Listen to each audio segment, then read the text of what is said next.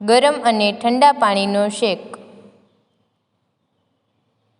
ગરમ અને ઠંડા પાણીનો શેક પેનીના દુખાવા માટે, પગના તળિયાના દુખાવા માટે અને પગના પંજાના દુખાવા માટે કરવામાં આવે છે.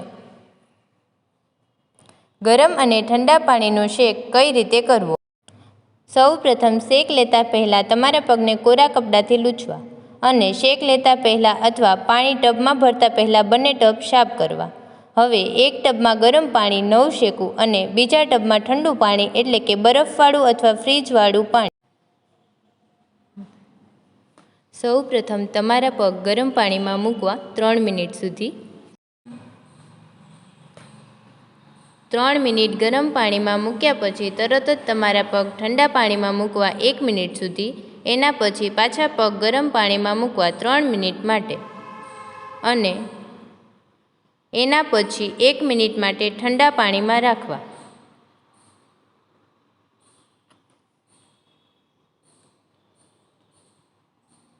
આ બધું પૂરું થઈ ગયા બાદ પાછા પગ ગરમ પાણીમાં મૂકવા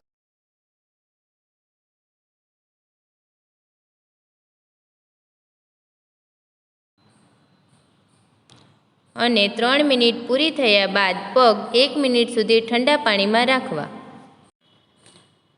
હવે છેલ્લી વાર પગ ગરમ પાણીમાં મૂકવા 3 મિનિટ માટે. આ બધી પ્રક્રિયા 15 થી 25 મિનિટમાં પૂરી કરવાની રહેશે. શેક લેતા પહેલાં ખાસ ધ્યાનમાં રાખવું કે ગરમ પાણી બહુ ગરમ ન હોવું જોઈએ, એટલે કે નવશેકું જ હોવું જોઈએ અને ઠંડુ પાણી બરફવાળું અથવા ફ્રીજવાળું હોવું જોઈએ. ગરમ અને ઠંડા પાણીનો શેક ક્યારે ન કરવો જોઈએ અથવા કેવા કિસ્સામાં ના કરવો જોઈએ?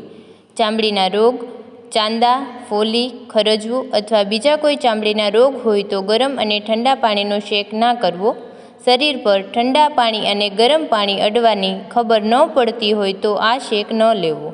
ગરમ અને ઠંડા પાણીનો શેક લેતી વખતે ખાસ ધ્યાનમાં રાખવું. ગરમ પાણી વધારે ગરમ ન હોવું જોઈએ કારણ કે વધારે ગરમ હોવાથી નુકસાન થઈ શકે છે. ગરમ પાણી 36 થી 45 ડિગ્રી જેટલું હોવું જોઈએ, એનાથી વધારે ગરમ ન હોવું જોઈએ અને ઠંડુ પાણી 15 થી 20 ડિગ્રી હોવું જોઈએ. આ બધું ધ્યાનમાં લઈને જ શેક કરવો. પેનીના દુખાવા માટે શું કરવું જોઈએ અને શું ના કરવું જોઈએ? લાંબા સમય સુધી ઊભું ના રહેવું, પોચા ચપ્પલ પહેરવા, સવારે ઉઠીને હળવી કસરત કરવી, પંજાની, લાંબા સમય સુધી ચાલવું નહીં. દિવસમાં 2 થી 3 વાર ગરમ અને ઠંડા પાણીનો શેક કરવો.